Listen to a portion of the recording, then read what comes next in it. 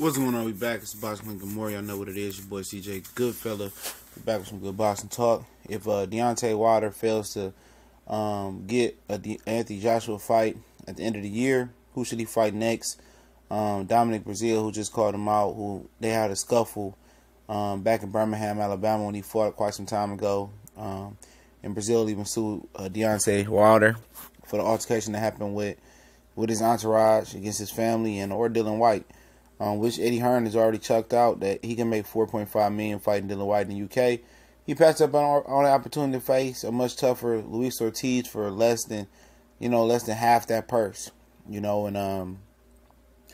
Deontay Wilder plans on facing Anthony Joshua, in the UK, and they feel like that's gonna go that route, I think a Dillian Whyte fight should be what it is.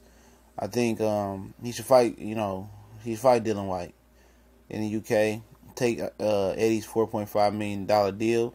I know it's fishy over there, and he's been talking about, how fishy shit is over there, and potentially him getting robbed. There's been some fishy shit going on everywhere in boxing, not just in the UK or America and Asia or Philippines or whoever. There's fishy shit going everywhere. It's a risk, and it's a risk for Deontay Wilder to face Dillian Whyte in the UK.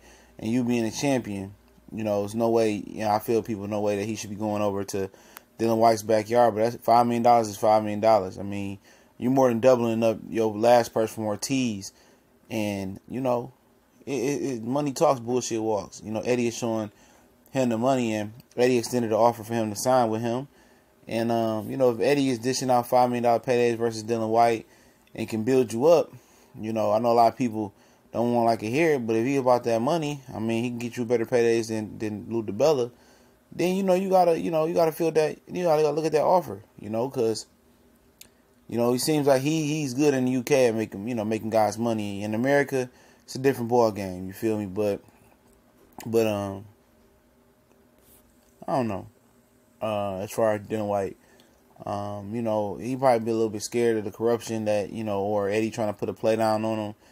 But, Dillian Whyte is easy pickings.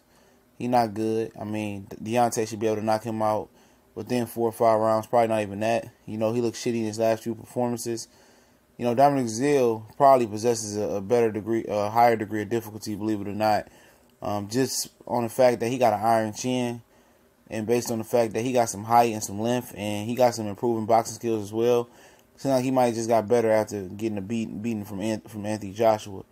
But Deontay could be looking at it as him trying to one-up Anthony Joshua and knock him out way quicker. Breazeale has very, very durable chin. He just don't have the boxing ability. Very hittable, and I figure if Wilder hits him cleanly enough, he probably going to put him to sleep, even better and quicker and better fashion than what Anthony Joshua did. Both are good fights. I don't see him going any other way unless he wants to fight Alexander Povetkin and be on a PED rampage and just, clean out the PED division, the heavyweights that's in the division. But gotta get past David Price first for Povetkin, and they pay, Deontay handsomely to come over there and face Alexander Povetkin in Russia again. I'm pretty sure he don't want to go that route. So it's basically just, he just gonna have to, pick his fights. And just do what he got to do and just continue to win. There's no other foe out there that's really formidable or comparable to Ortiz out there that I can think of right now. It's all just, high risk, low reward type of fights out there. Charles Martin was supposed to face Dominic Breazeale. For some reason that fell apart. But, you go for the most money. You go for, Dillian Whyte. And I know Deontay Wilder don't want to fight him in the UK, but at the end of the day, that's $5 million. Versus Breazeale, you might barely just make $1 million. So that's, I just common sense to me. I understand that they don't want to travel abroad, but if you're gonna have to face Anthony Joshua in the UK, you might as well go over there and get acclimated to the situation, get acclimated to the arenas and the people, and that only can boost your stock by knocking Dillian Whyte out in front of all those fans, and all those fans look at you over there in Anthony Joshua's backyard, knocking out Dillian Whyte quicker than what Anthony Joshua did. Then people gonna start putting pressure on Eddie and Anthony Joshua to make that fight happen, and you got to create demand for that fight. It's funny as it sounds, because Peter Nelson told Danny Jacobs and Sullivan they had to create demand to get a Triple G Canelo rematch, or Canelo fight in general.